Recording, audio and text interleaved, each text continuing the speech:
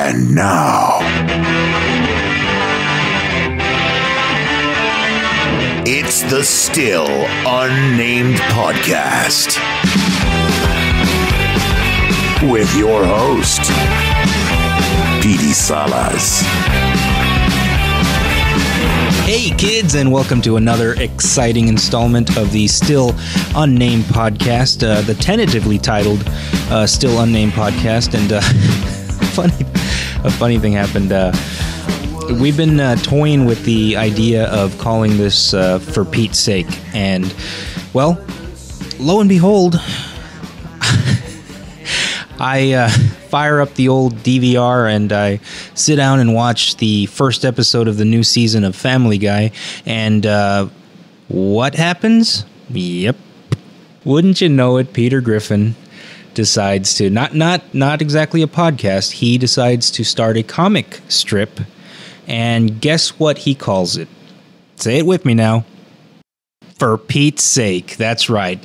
I know exactly what it feels like now to have an idea and to just someone beats you to it. So yeah, I was watching it over the weekend, and as soon as Seth MacFarlane uttered those words in Peter Griffin's voice, for Pete's sake, I was like, son of a bitch. So, hey, you snooze, you lose, I guess. I mean, it's not like that name's, dead to me forever, like we can't use it or whatever, but it kind of took the wind out of my sails. It kind of, it was just kind of like, well, there goes that. So that's cool. But whatever. I gotta be honest with you, the Still Unnamed Podcast is kind of growing on me. I think it's kind of cool, kind of against the grain. It's punk rock. It's living in a van down by the river or something, It's unprepared, it's unfiltered, it's it's unprofessional. I know. I wanted to get this started. So for now, screw it. The Still Unnamed Podcast. I'm Pete Salas. On the show today, we got a good friend of mine. I'm real excited to sit down and talk with him. His name is Robert Ceballos. He's been a DJ for quite a while. We sat down and had a nice fun chat. It's actually it's going to be a two-parter because we went a little bit long. So we worked together. We worked together at Entrevision at the radio station that I've mentioned before, and it's a fun chat. We talked about how he started and how he got to be on the air, and he's actually coming back on the air. Actually, by the time you hear this, I think he would have already started doing the Drive at 5 drive time on 104.9 Jack FM.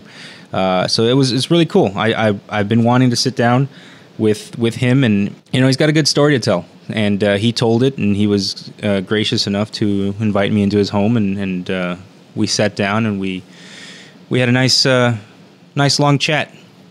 We talked about a bunch of things, like I said, including a ghost story just in time for Halloween. Nice to sit down with him, and here's part one. Robert Ceballos, here we go.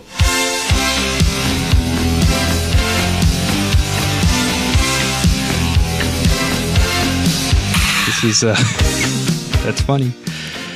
All right. It's an odd interview. It is. I'm going to do it in the James Spader, the Blacklist kind of guy. I like to go to Milan, and I like Milan tacos. And you ask me, what are Milan tacos? Well, it's carne asada with a small nectarine kind of sauce. Very, very citrusy. Well, as you can tell, I'm here with my good friend Robert Ceballos, the voice that can make a Wolverine purr, if you will. Well, thank you. Meow. Yes. Robert, you may recognize his voice. He's been on the air for a long time on the radio, and he took a bit of a sabbatical from the radio, but I think he's coming back. Is that true? Sabbatical. That's what they call when they fire you now. Oh, I like that. Yeah, it's the nice way of saying it's a nice way of saying that you got shit canned. You got shit canned. Qué bonito. Mm-hmm. Well, I'm coming back. It's a part-time job. Mm-hmm. I'm going to be working for 104.9 Jack FM doing the Drive at 5. It's only 1 hour a day, but it is drive time, so that's the nice thing, that the drive is where all the people are driving home, and that's the most listened to other than morning show. But this is an automated radio station that is giving me the opportunity to be the only live jock. Oh, that's badass. So yes, it is. Yeah. They've given me a great opportunity to take this bull by the horns, and I'm going to do a little mix show. So it's not just going to be me on the air, but I'll be doing a mix show playing 80s and 90s music, which is kind of cool. That's awesome. And when do you start? October the 6th. October the 6th. Is when it's going to happen. Okay. So my first show. And that one's going to be pre-recorded, by the way. Okay. That one's going to be pre-recorded for at least a week to 2 weeks tops, and then I'll start to do it live. Being because the DJ booths are set up for automation, they don't really have. They've got a console and all kinds of stuff, but they just don't have the means of being able to put us and plug my digital stuff in, so I can start mixing live. Well, I think by the time that this drops online, you're probably already going to be on the air. I think I have you scheduled for mid-October to cool to be on. I can't wait to hear myself all over again. Yes. No, that's awesome, man. That's awesome. I still remember the first time I met you, actually. We were both working at Entravision. Right. Okay. I had just got hired around October, I'm going to say it was about October 20th. So. What year was this? This was 2007. 2007. Yes. Wow. 2007. And I was unfamiliar with the fact that Entravision, or rather the guy who owned Entravision at the time, was a big fan of Halloween. So we had our annual costume contest. Yes, I remember. We all dressed up as the Addams Family, I think, right? No, that was the year before. That was the year before I got there, because I saw those pictures up on the wall. Okay. But when I walked up, I was dressed as some sort of a psycho clown, because that's all I had in my closet. I walk up. This is like my 6th day there. And I'm already supposed to dress up for work. I'm not used to this because none of the places I've ever worked at has ever, it was mandatory to dress up or whatever the fuck. So I'm walking up and there's this bald guy smoking a cigarette, wearing a 3-piece suit from top to bottom. He's outside and I'm walking up dressed as a fucking clown. And I look at you and I'm like, hey man, how's it going? And you just kind of take a long drag of a cigarette and he goes, and you said, I'm just plain old fashioned excellent. That's one of my favorite things. Yes. That comes from a movie, by the way, with John Candy. It was not Uncle Buck. It was Who's Harry Crumb? Yes. It's Who's Harry Crumb, and they kidnap whoever, and that scene, the guy that they call and say, hey, do you have the person? Yeah, I've got her here, or whatever. And he's just, well, okay, finally, he's like, they're just plain old-fashioned excellent. Yes, sir, just plain old-fashioned excellent. And when I heard that, it stayed in my mind from that point on, and it never erased. So one of my favorites. I said, hey. Can't believe you remember that. Well, I mean, the funny part is you're the first person I saw when I was walking in, okay? You were not wearing a costume, or so I thought. You were not wearing a costume. You were wearing a 3-piece suit. I'm just like a fucking clown. Right. So I ask you, is today the Halloween contest? And you said, yep. Very dry, very quiet, just very dry. Not your usual self. Not the way I've since learned. Well, I was in a suit, so I was trying to be as professional as possible. And I said, so what are you supposed to be? If I would have been wearing, maybe a suit of armor, I would have been more like, hey, what's up? Fuck you. I said, what are you supposed to be? Take another long drag of the cigarette, look me right in the eye and say, I'm Lex fucking Luthor. Oh, yeah, that's right. I was Lex fucking Luthor. That was my first introduction to Ceballos, and, we've been friends ever since. That's a long time. Kevin Spacey, great Lex Luthor. Yeah, he was. Of course, I really like Gene Hackman as Lex Luthor. Course, so that's I was trying to go for the both of them in between. Right. No, that was my cool. Diabolical side, my dryness. So, the reason I wanted to do this was because I've been planning to sit down with a couple of my friends, and you are one of my friends, and you actually have some broadcasting background, so this is going to be quite an episode. Tell me about yourself. Tell me about your story. How'd you get to be Robert Ceballos on the air? Well, it was back in 1989. I was working in Mexico as a disc jockey, mixing music at a club, the Alaskan. Nice. And it was. That's when it was a great time to work. Cash, no checks. Right. And I was given the opportunity because I actually called the radio station and let them know that if they needed some extra music, that I know that they had like this little show on Sundays or Saturdays, I can't remember the day, that they would feature extended mixes of club songs. So what I did was I offered them, I said, and the program director actually, she was the assistant program director, Tina Simone, said, "Hey, why don't you come in and bring us the vinyl and we'll record it and whatever." So I went in and I'm in the lobby. I meet the program director, Kirk Davidson, back in that time, and he said, here's some papers that you need to fill out. And I was like, well, I'm just here to give you these records and get them recorded. Oh, well, that's fine. You weren't looking for a gig. Yeah, I mean, I wasn't even thinking about that. It was just simply to lend them the music so they would have it, you know. And he was like, no, just sign up. And I said, I'm not a DJ. Well, what do you do? And I was like, oh, well, I DJ in Mexico, but I'm a club DJ. Mm-hmm. So you ever used the microphone? And I was like, I say so-and-so to the front, to the door. I don't sit there and, do my whole Casey Kasem, here's a weekly top 40, and he's like, you'll be fine, son. So I signed a bunch of papers and they said, come in Sunday night at midnight. And I did, and scared shitless, of course. Right. But I got on the air, and believe it or not, it was kind of like a foot fitting into the perfect shoe. Okay. It only took me a week of training for me to get how to handle the equipment, because I was very mechanical already with the DJing stuff, so it was very easy to get that out of the way. Right. But my voice thing, 1 week of overnights, and they gave me full-time overnight jock immediately. It was weird. It was just totally weird. And at the time, this station was a rock and roll station. Mm-hmm. It was not a top 40 station yet, but they had special block programming on the weekends. They would do this club mixes of alternative music and dance stuff and whatever. Right. So then all of a sudden, it was 99X, the Rock and Roll Animals. And then they slowly started changing it to Energy 99.5. Okay. And that's when I basically took the overnight. And do you think that, was it your voice? Do you think that impressed him to just say, here, sign here, and I need you on the air? I don't know. The thing is that when I was growing up, I would get in front of the class and do speeches, like you're supposed to, whatever the assignment was, they would sometimes tell you, hey, get in front of the class and talk. Mm-hmm. And it was very easy for me. Okay. I was always a class clown. I remember that. Yeah, me. Imagine that.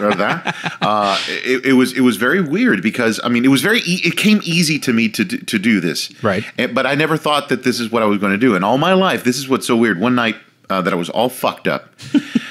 Cuando no, right? You? Me? Nah, never. This guy never does anything like that. He's a little angel. No, I was all fucked up, and I was living in Far at a trailer, and I just started going through old photos. Uh-huh. And I looked at a photo, and there is Robert Ceballos at the age of 5 or 7 years old, wearing a little suit. Okay, this is weird. Uh-huh. And a tie. And guess what? I was in a moment of using a microphone. Nice. Yes. Okay. And it was a desk mic that my mom had got me from the radio dispatcher of U.S. Border Patrol McAllen sector. Okay. That they didn't use anymore. So it was a professional mic. Right. And I had it plugged into a cassette, one of the little cassette deck. Mm-hmm. And I started doing, and I was like, oh my God, I've been doing this for years without even being on the radio. This is what I've wanted to do all my life. And it freaked me out that night. I was like, yeah, it was destiny. And I was like, all these fucking years I've been doing what I've wanted and not even realized it. That's how fucked up it was. Right. It was a very surreal moment when that happened. And I was like, wow. So 28 years later, I've done, voiceover stuff, worked for radio, done TV. So it's come a long way. And then, the cool thing about this is not just being an on-air personality, but when I was a club DJ, it was cool because I could do the club gig on the radio, make people dig that. Mm-hmm. And we were the only, at the time, Energy 99.5 was the only radio station that had live DJs mixing on the air. Okay. Because the other guys down the road, KBFM, weren't doing mix shows like that. And if they ever did, it was only when it was live from the clubs. It wasn't in the studio. Right. So it was different. But a very fond memories of that radio station and that building, which you didn't work there in that building. In Weslaco? In Weslaco. No, I didn't. That building has a history. By the way, it has a history, not only of all the fucked up stuff that used to happen there with behind the scenes, right, but there was a ghost. No, this is this is no bullshit. I swear to you. Okay. At first, of course, you hear It's like urban legend kind of shit, right? And like when you're getting hired, they say, by the way, there's a ghost. Yeah, later on, they started telling me this. And I'm like, well, fuck, I'm doing overnights. That's real nice. Now, here's what's weird. Next door, the AM station was owned by the company, the broadcasting company that I work for. It was called Sunbelt Radio Acquisitions. Guy was owner out of Atlanta, Georgia, or Macon, Georgia. Anyway, he was a peanut guy. So he would come down and he would laughingly say, "I'm from the land of peanuts, and you all are from the land of tacos. I'm here to cut checks." Yeah, I swear real to God, boss hog type. Yeah, real. He was a cool guy though. He was a really cool guy. Yeah. And so anyway, the reason I'm saying this is the radio station next door, the AM station, was leased out to a Christian. Okay. A Christian broadcasting, and so you'd have like people doing prayer out there sometimes, right, in the hallway before they entered in the DJ booth, and I was like, hey, it was cool for me. It didn't bother me, and I didn't give a shit. But anyway, if only they knew the debauchery that was happening next door, dude, you don't know the sin that I swear to you, I don't even. Oof. That's all I'm going to say. Between kegs, cigarettes, and then a little more. Boy, we had some good old times there in that radio station. Those were the Wild West days of radio. Those were the Wild West, right. Yeah, and right. No one knew those things except for the people that worked there. Of course, that was very secretive. But anyway, the thing is a ghost. The ghost. They would say that the ghost would come and would poke you in the back, like just in the back. He wouldn't do anything. He wouldn't try to scare you. Just to let you know he's there. Yeah, the doors would be open when they were closed. Nobody else in the building. I personally got several pokes while I was asleep in the production room, hungover as hell, and I had to go on the air at a certain time, so I just slept there at the radio station. He'd poke me. He'd sit there and he'd poke me, and I'd wake up, and I was like, "Stop it! I gotta wake up in a little while." And he'd stop, and then all of a sudden, he'd poke me right when I had to get up. Oh, he was your alarm. He was like my alarm. I mean, before cell phones and all this other bullshit that had alarms. I mean, I'm serious. It was cool because I also told the girl that was on the air, I was like, "Just come and get me when I'm ready to go on the air." And she's like, "Okay, cool, no problem." But yeah, the ghost. Now, here's the weird thing: the ghost followed us out of that building when we left. Okay. Because Clear Channel Radio bought that building. Right. And when we moved to Entravision, the ghost moved with us. Okay. Yeah. You can ask Stacy Taylor. She is a true testament to that. Okay. The ghost. I remember her. She was moved. Yeah, she was on the air on the Q. And also, actually, she started on 107 before she was on the Q. Shit, man. I mean, I spent plenty of nights in that building myself. The new Entravision building. Yes. And I mean, I don't remember seeing or hearing anything like that. We really never talked about it. Well, I mean, JJ Montana, God rest his soul. God bless JJ. I mean, he is one of those guys that I don't forget him. There's not one week that doesn't go by that I remember him. Right. And he told me, he says, "Hey, did he come by yesterday?" And I was like, it was just one of those things we talked like that, like if we knew who this guy was, or we don't even know if it was a he or a she, right? But we just knew, and he would play tricks. He would play tricks. Okay. I mean, like we would put certain things a certain way in the booth. We'd come back and everything was, and we always wanted to find out, but there was no cameras at the time. Right. At that time, there was no cameras that were installed, so it was weird, very weird. But anyway, that was one of my little ghost stories. Wow, man. Very weird. That is weird. And he didn't fuck with too many people. Only the people he wanted to be toying with. Well, he never did anything bad. It's whoever he made a contact with or a friendship with from the last one. Possibly. Very cool though.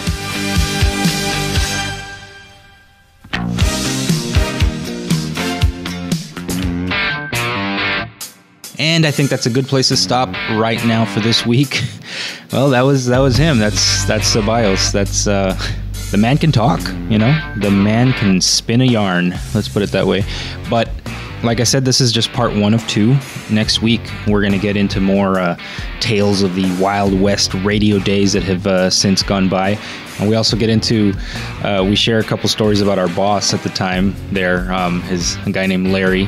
He was an eccentric man and a very, very funny man.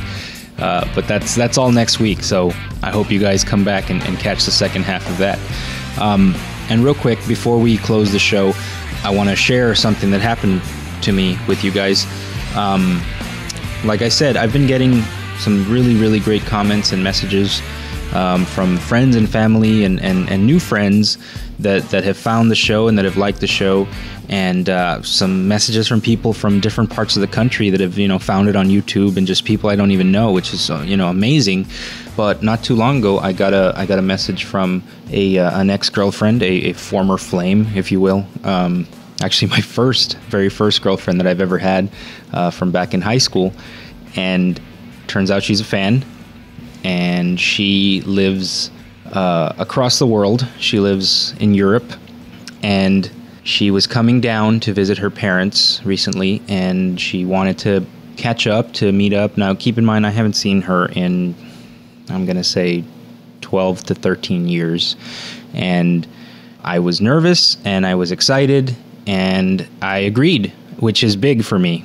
I told you guys from episode 1 that this podcast I'm using as a form of therapy, and as a form of getting past some of my my anxieties and my fears, and conquering some of my demons. And definitely anybody who knows me knows that I have a serious issue with the past. Not that I'm constantly running from it, but I don't like to look to the past, because I feel like I carry enough of it with me daily.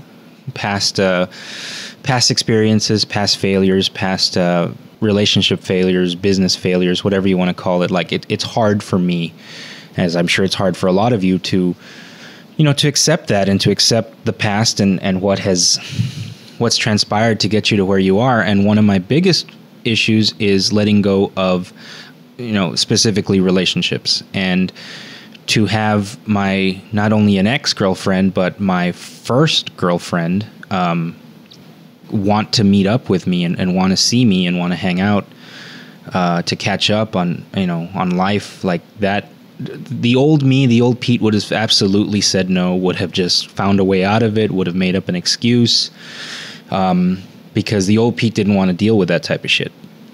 I'm being honest here. And to have this, I don't want to say the new Pete, because it's still a work in progress, but I agreed. Long story short, I agreed. And I met up with her. We met up for some coffee.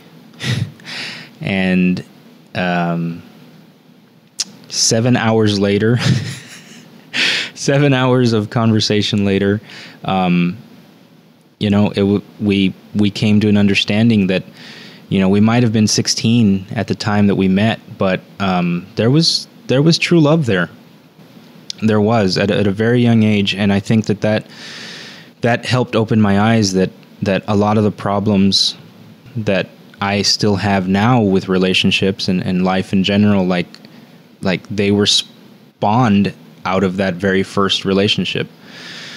And, we sat there and she found old love letters that I had written, and we read them, and we laughed and we cried, and we, made fun of the 16-year-old versions of ourselves, and how, I'm not going to get into detail, but just, shit like, I'm going to buy you a castle because you're a princess, and, stuff like that. That's just one of those really corny, really cute things that we used to say at 16. But at that same time, I realized that I still, to this day, I try to say that. I try to do that, and I try to almost smother people with that kind of intense, almost fake. It almost comes off fake, like scripted movie love that, unfortunately we've often found doesn't exist. But I still try to do that. Like, I'm still channeling that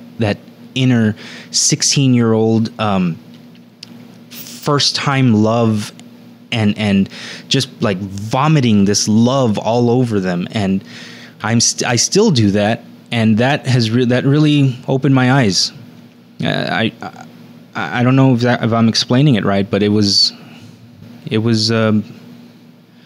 very therapeutic for me, and it was very eye-opening. And I was in love when I was 16 with this girl, and to see that,